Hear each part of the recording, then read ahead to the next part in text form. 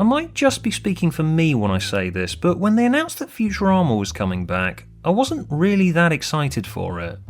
You'd think I'd be hyped for it because Futurama has been one of my favourite shows for a long time. A Matt Groening life is garbage animated sitcom with a sci-fi theme. Of course a cynical angsty teenager who reads exclusively sci-fi growing up in the mid-2000s is going to be into that. It had only just been cancelled on Fox when I watched it the first time, and I was bitter over that for several years and longing for a return. But then it got announced it was happening. Futurama would be returning for not just one brand new direct-to-DVD movie, 4 brand new direct-to-DVD movies, with the potential for more in the pipeline depending on how well they did. And then I sat down and actually watched Bender's Big Score. While my opinion has softened on it over the years and it gets really good when Fry goes to the past, at the time I felt more than a bit deflated by it. I recognise I was sitting at a table for one on that one, but I think the positive reception that Bender's Big Score got was based more on what it meant to people at the time than what it actually was. As much as I always miss it when it's away, what Futurama always meant to me has kind of been undermined by the fact it's more well known now for being endlessly cancelled and revived than it is for the actual story it was telling. So let me wax lyrical about that now. At the start of the show, Philip J. Fry is a screw-up pathetic loser working as a pizza delivery boy on the 31st of December 1999. He accidentally gets cryogenically frozen and wakes up in the year 2999, and he witnesses the start of the next millennium. He gets the chance to start his life all over again. Everyone he knew is dead, no one knows him here. His initial instinct is, wow, this is the brand new start I always wanted. I can basically become a completely new person. Which is the character arc that I personally recreated when I went to university about 5 years after watching it. But Fry also feels lost and confused because this future is so strange and unlike anything he's used to, and people around him start trying to box him into being a delivery boy again. And he finds that as much as he hated his old life, there are parts of the old world that he does miss. And the pilot ends with him getting essentially a delivery boy job again, the life he had before, but with this interesting new twist to it where he delivers packages all over the galaxy, so it's the best of both worlds for him. I don't think I've seen a pilot as good as Futurama's in the years since, and I don't think people have given this pilot the credit it deserves because it's basically got the creation of a series blueprint down to an exact science. It establishes the basic functions of this future, most of the locations, the central character's functions and wants, and it's a perfectly executed character arc for Fry that sets up the status quo for the following seasons that can be played with and twisted and reshaped into new and interesting forms. Seriously, if you want to make a pilot for a new adult animated series, do it like Futurama did and you can't go wrong. Aside from the pilot, my favourite episode from this early period was A Fistful of Dollars, where Fry finds that interest on his bank account has accumulated over 1,000 years and now he's a billionaire and he can live however he wants. And what he wants is to basically just sit in a recreation of his old apartment and reenact his slacker lifestyle from the 20th century. This is interesting to me because Fry has this complex dichotomy in his wants where he does love the future, but he is also nostalgic and he wants an easier version of his old life. And he's got that here, minus the job that he hates and the girlfriend who never appreciated him. Following the initial Fry as a fish out of water phase in season 1, the show settles into a more traditional sci-fi satire structure. It's a workplace sci-fi sitcom that comments on moral quandaries and current trends, and it's already got the perfect means of speaking to contemporary life with celebrities having their heads in jars just showing up far in the future. We tackle the old standards like the ethics of meat consumption, climate change and pollution, but also what were then more recent developments like the anonymity of the internet creating social drama in the real world. The first couple of seasons are largely composed of movie parodies in this vein, and while they're good, the show doesn't really hit its stride until about season 3, which is when it starts introducing the types of episodes that people often cite as among the show's best, and these episodes share a common denominator with the episodes of The Simpsons that everyone talks about.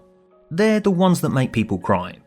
There's Luck of the Fryrish, which explores Fry's relationship with his older brother, Jurassic Bark, which is probably the most famous episode about his dog who waited for him when he vanished when he got cryogenically frozen, Leela's homeworld where she meets her mutant parents. While these episodes are very funny, the ending montages where we reveal things like Yancey naming his son after Fry, or Leela's parents taking care of her through the years without her knowing it, just hit your emotions so hard that these are moments that are gonna haunt you for the rest of your life. You're my parents! All I've ever wanted is to know you! This is the happiest moment of my life! If you run into someone who's not really a fan of Futurama, there's usually a but in there, and that but is usually followed by the dog one or the one with his older brother. And that is how you measure whether a show is going to go down as an all-time great or not. You don't ask fans if they're going to like an episode because they're already on board. You ask if people who aren't fans are going to like it too.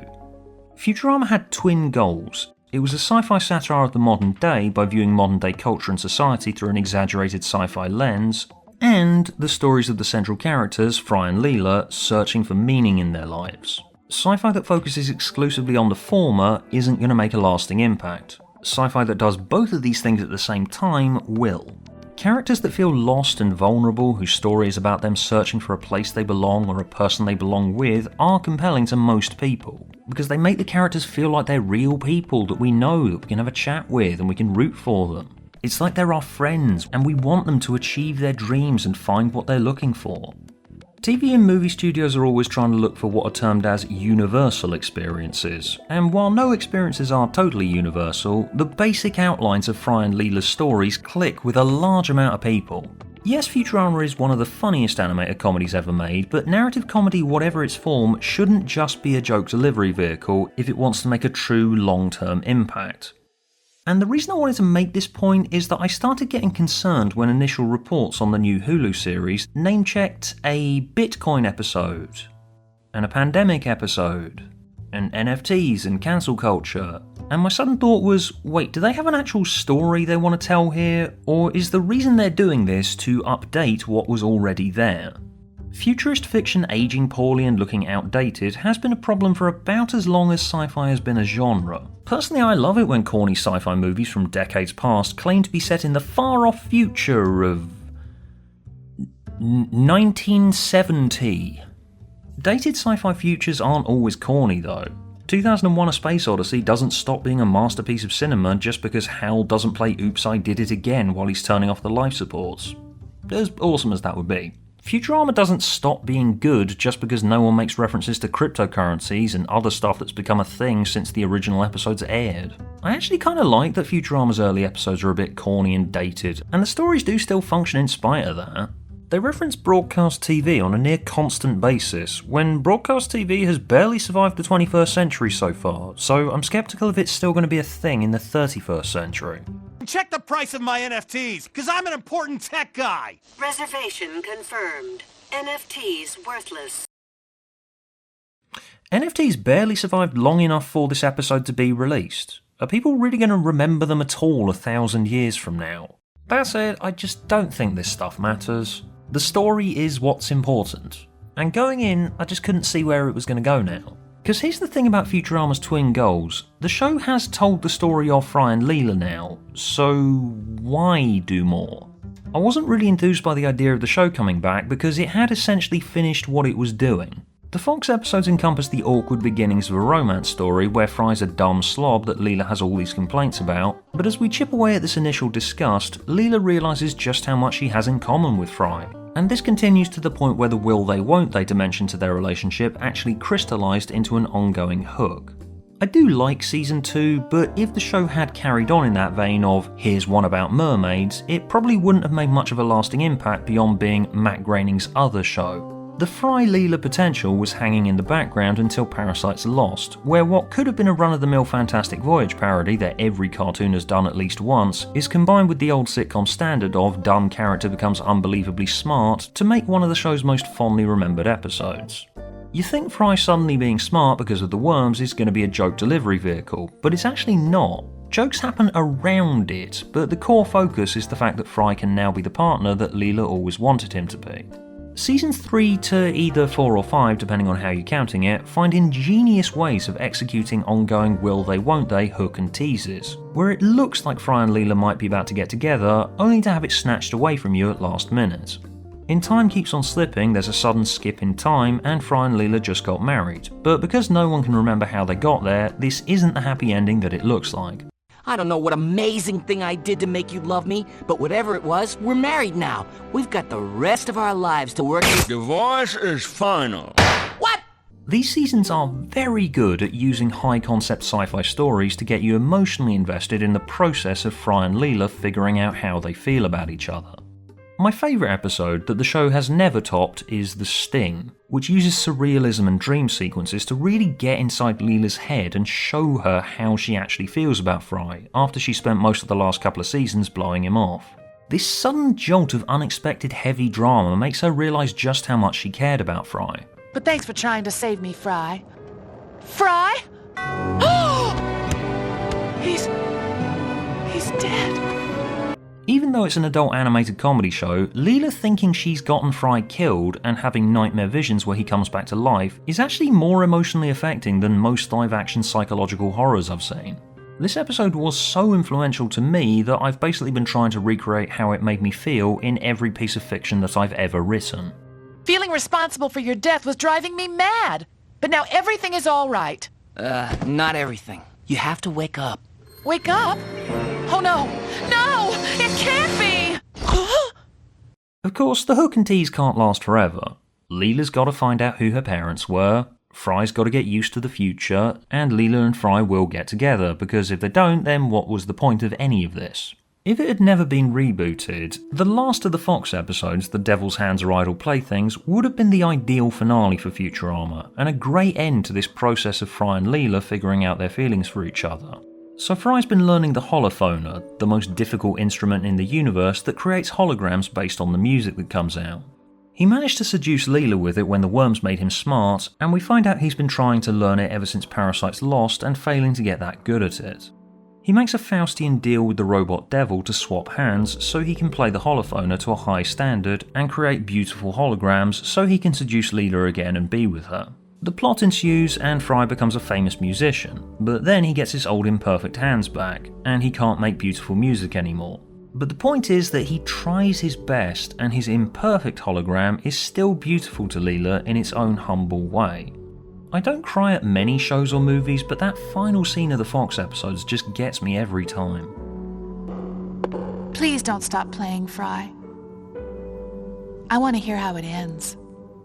It's actually kind of surprising when you learn that this wasn't designed to be the final episode, because this scene really is a beautiful conclusion to the toing and froing of Fry and Leela's clumsy and awkward initiation of their relationship, where these two people who felt like they never really belonged anywhere really connected, and Leela finally saw the inner beauty in Fry's imperfect display of his love for her.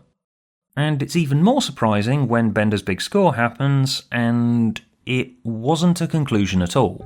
We're back at Fry and Leela aren't together. Leela is now interested in this new character called Lars, who, spoiler warning, is actually a time paradox version of Fry, and Fry has an awkward romance with another newcomer called Colleen in the next one. Granted, that last Fox season had a few episode endings where it looks like the question of Fry and Leela is about to get settled, only for us to end up back at them not together at the beginning of the next episode. But if it's as good as that scene at the end of Devil's Hands was, then why waste it?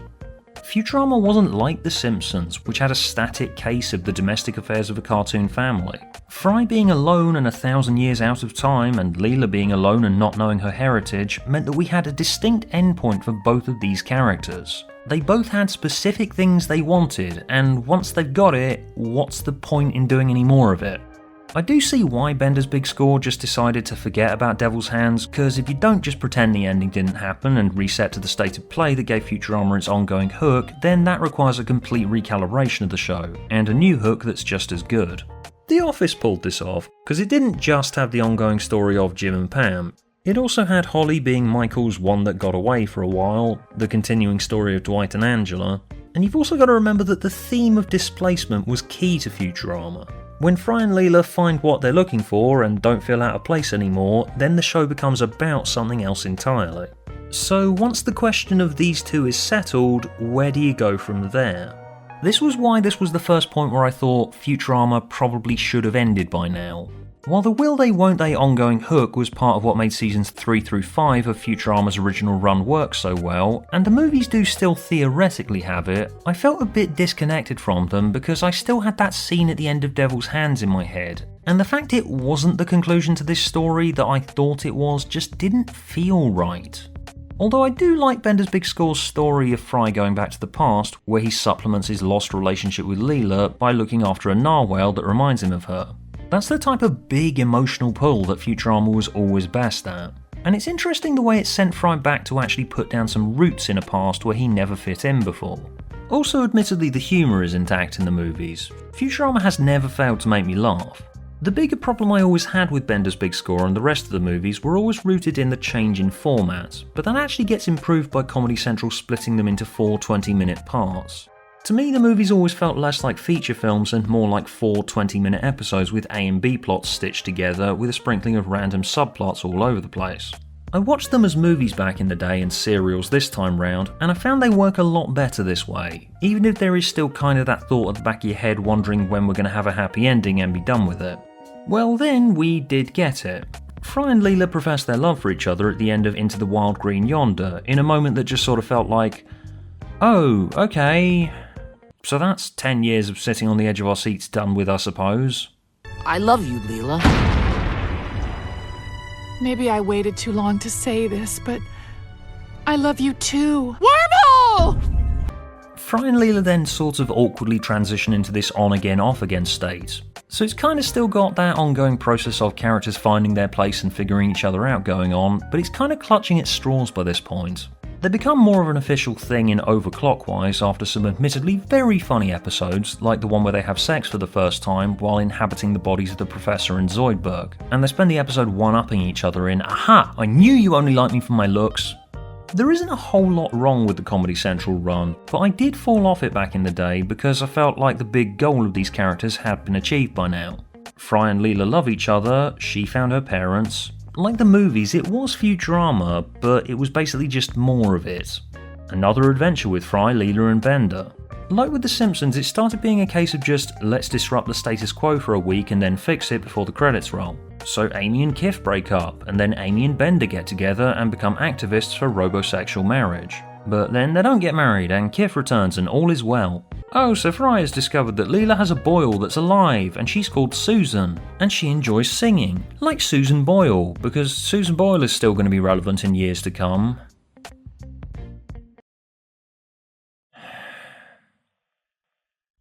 Okay, I do recognise that what I'm basically describing here is the post-marriage existential quandary. So your life has been leading up to the big happiest day of your life event, but what happens the day after the happiest day of your life? What about the day after that? Or the day after that? Isn't it all just more of it? What's the point? It just keeps going on and on and on. Why? The finale aside, there are a few episodes of the Comedy Central era that actually stuck with me in the following years. Lethal Inspection was a nice and warm reflection on mortality from the perspective of Bender, who thought he was immortal, but it turns out he's not. And importantly, it ends on the nice and soft montage that gets everybody crying. That and of course there's the late Philip J. Fry, which does stand alongside the best of the Fox episodes because it's a great way of returning to that theme of displacement that the show started with. So Fry, Bender and the Professor are testing the Professor's new time machine that can only go forwards in time, and Fry ends up missing not just date night with Leela, but the rest of her life, as he sent thousands of years into the future. I made it, Leela. Sorry I'm a billion years late. As utterly stunning as this episode was, it kinda sums up Futurama's problem. If the show settles down, it stops working. This episode is so compelling to people because it separated Fry and Leela for, from Leela's perspective, her entire life. Dear Fry, our time together was short, but it was the best time of my life. And it seems like there genuinely isn't a solution for Fry, Bender and the Professor, so I'm compelled to keep watching to see what they're going to come up with to resolve it. But once the characters finish this tale of displacement and reach a happy ending, that's it. The late Philip J. Fry is this perfect little 20-minute tale, but it didn't stop me from falling off the show back in the day because the displacement is finished and then done. And the fact I fell off is a damn shame because I've watched all of the ones I skipped out on back in the day before returning just for the finale, and I will admit that I missed a fair few incredible episodes that utilise the fact Fry is out of place in time in a way that's just as solid as it always was. Cold Warriors and Game of Thrones address Fry's relationship with each of his parents in an incredibly interesting way that reminds you that all we've seen of them up until this point have been Fry's memories of them. They've both been defined by a single personality trait because Fry's been the unreliable narrator. Luck of the Fry Rich's twist ending was so surprising and effective because Fry's memories of Yancey were all of him being jealous of Fry and wanting to steal his stuff. Until he gets it confirmed, Fry wouldn't have been able to imagine Yancey doing something so touching like naming his son after Fry and giving him the 7-leaf clover so his son becomes regarded as one of the greatest people who ever lived. Similarly, all we've known about his father is that he was a hardened conspiracy theorist, and all we've known about his mother was that she was so disinterested in him to such a comically exaggerated level that she's listening to sports while she's giving birth to him. The Mets win! This is the happiest day of my life! Here's your baby, ma'am. Yeah, okay, thanks. These characters are based on hazy recollections from Fry's perspective. You never saw the other side of these characters. So when the Professor lets Fry visit a full visualization of his memories in his dreams, and then Nibbler gives him his mother's dreams at the end of the episode, you see a deeper bond between the two, and it's so effective because you never saw it coming. To be able to have the extreme caricature of his mother coexist with a realistic depiction of her takes raw talent that Futurama always had in spades. I never got the chance to talk to you. Do you have a few minutes? Sure, honey. You're the most important thing in my life once this game is over. The reason I wanted to make this point about the ongoing hook, though, is that by about the point of Overclockwise, I fell off the show because Futurama started becoming like any of the collection of adult animated sitcoms that I was a huge fan of as a kid, where it's just always there, and I don't have an urgent incentive to watch it. I'm no longer going, ooh, I want to see what happens to Fry and Leela next week, because I know the show's not really got a definitive destination that it's working to anymore. The next episode's just going to be another sci-fi satire with movie parodies, and I can just watch that later. But the thing is, I never watch it later. And then there's another episode, and another episode, and another episode, and suddenly it seems like a daunting task that I just can't be bothered with. As good, and in some cases great, as some of those in-between episodes are. I've recently also been watching post-Golden Age Simpsons for a video, and it's a similar deal, where the episodes themselves might be fine, but if you've got no urgent need to see a story through to a vague suggestion of an ending, then why would you bother watching it now? I'm not saying I need to know what the ending is. I need some hint that we're working towards something. Otherwise, the seasons just pile up and suddenly it's huge and I don't have the time or patience to watch it. I was kind of glad when it got announced it was ending in 2013. Not because I disliked the Comedy Central episodes, but because I didn't want Futurama to end up like those other shows, because it was so meaningful for me at a specific time of my life where I felt out of place and like I didn't belong anywhere.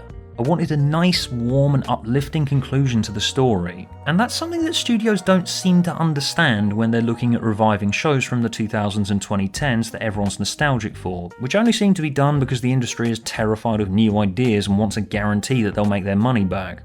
The Comedy Central finale, meanwhile, does the same thing that the best episodes of the show do and explores that theme of displacement. The main bulk is a clever plot about Fry misusing the Professor's time button that reverses things for 10 seconds, and his idea is to use it when he asks Leela to marry him. Then the button breaks and freezes everyone in the universe except for Fry and Leela. They're isolated, alone, out of place, just like they always were throughout the show, but now they have each other. And they explore the frozen world together for the rest of their lives, and it is powerful, powerful stuff. If I could make one moment last forever, this is the one I would choose. I'm glad you did. It was a good life. Thematically, this is the most absolutely perfect conclusion to the show that was possible, and meanwhile did successfully disprove my lingering feeling that Devil's Hands probably should have been where the show stopped. No, Meanwhile is where it should stop. But an interesting common denominator that Meanwhile shares with Devil's Hands is that while in terms of feeling, it does feel like a finale, but in terms of story, it didn't actually have to be the final episode. It could have just been another incredibly strong season finale of the show, and we could have done another one and continued. The point is that it feels like it should end here. It does openly leave the door open for a possible future because Futurama had a precedent for sporadic returns, and yet in spite of this, when it got announced it was happening this year, I was still kind of scratching my head and wondering what the point in Futurama's continued existence would be, and trying to tell myself that, no, maybe I'm wrong, maybe it could still be interesting. I mean, Futurama was never just a love story, which I'm kind of concerned that I might have been making it sound like. It wasn't. It did have other ongoing hooks, like the occasional appearance of the Niblonians, where we get teased odds and ends of lore that never got brought back. Leela? But she doesn't think much of me. She must be the other. What? It's 2 decades later and we still don't know what that means. And it's not like I wanted them to break Fry and Leela up again just so we could continue to engage with the ongoing hook. No, they're together now and I'm satisfied with that. That and upon finally watching the Hulu revival, I did start seeing it trying to speak to the experiences of disaffected millennials who grew up with the show and are now adults themselves in the same way the Fox episodes did. While the characters feel a bit rusty and the pacing of the jokes are a bit off and it feels less punchy than it used to be, which is probably a result of the more relaxed runtimes of a streaming service, I have to admit that present day me is very much like Fry in the opening episode, where his interest in watching every TV show ever made feels out of step with what everyone expects of him by this point in his life.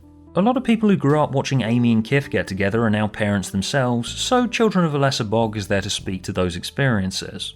However, those initial concerns I had when I read those early reports that the show was going to be more focused on relevancy than telling a story was very much confirmed by the way most of these episodes played out, even the ones I liked.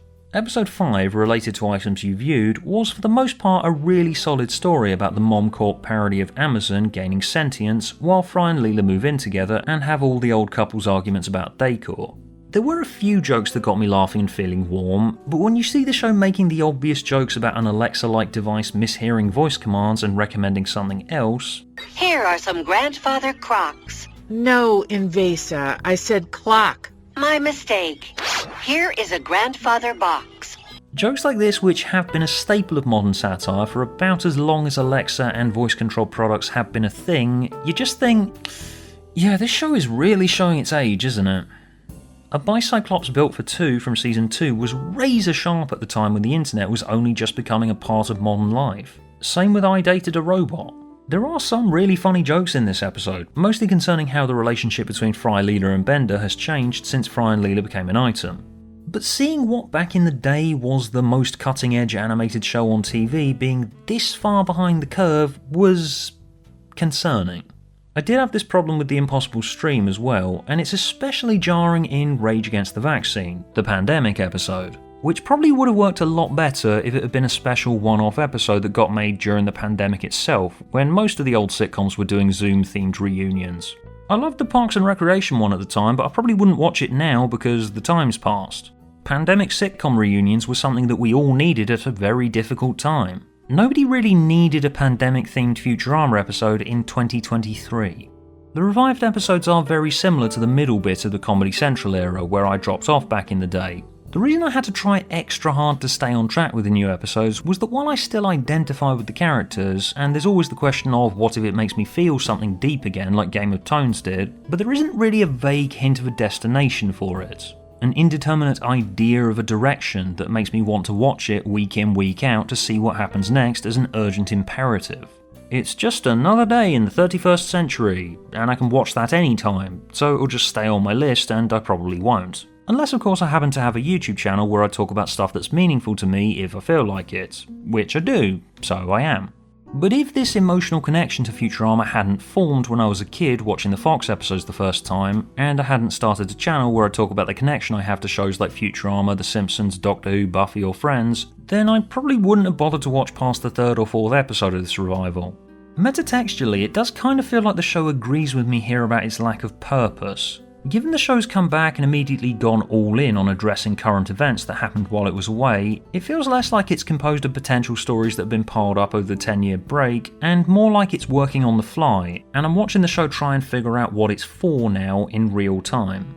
These episodes were much more self-aware than I expected. The subject of these episodes is less the Fry and Leela story, and more the show itself. Futurama was always kind of self-aware, but none more so than the finale to this season, All the Way Down, which as well as being a meditation on the old sci-fi standard of how can we tell if the universe is a simulation being created by a computer, but it can also be read as the show trying to figure out whether it still has a purpose and whether it's only been brought back because some grand cosmic external force has demanded it, i.e. Hulu. The simulated universe presented in it takes the mould of one of the Comedy Central era episodes, Naturama, which rearranged the familiar characters into a sort of recognisable nature documentary format. All the Way Down presents a pixelated version of the Futurama universe where the audience recognises all the characters and functions by simple collections of colours. And you laugh because the show's proven here that the viewer's understanding of its functions are deeply embedded into us. So all we really need to show you is a dark green pixel and to play the sound effect, and we understand that that's meant to be Hypnotoad. The previous episodes of this, The Prince and the Product, which has now become the most critically derided episode of the show ever, tries to do something similar, but it mangles the core character function so badly that it almost feels like it was done intentionally to show you what a Futurama revival that had no basic understanding of what the show was for would look like. The characters are a bunch of toys taken out of the toy box of intellectual properties owned by a streaming giant, and they might look and sound the same, but they're made to act out scenarios that bear basically no resemblance to what the show was at all.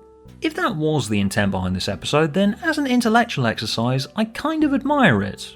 But that purpose would necessitate it being basically unwatchable, so I do understand the critical slating here. It's kind of like that episode of American Dad that everyone hates where the show is remodeled by a Chinese billionaire. I'm not saying I haven't been impressed by at least some of the revival, and there is a deeper part of me that still has faith that the reason it exists at all is because someone has come up with an idea for a final episode that's in the same ballpark as Meanwhile. Which would be a tough ask of course, but back in the day I couldn't have anticipated someone coming up with a finale that was in the same ballpark as The Devil's Hands or Idle Playthings. So, you know, who knows. I have been wrong about Futurama before, so while I'm still cautious about the revival, because while it's impressed me, it hasn't bowled me over yet. But when Futurama surprises me, it can be one of the best shows ever made, so here's hoping.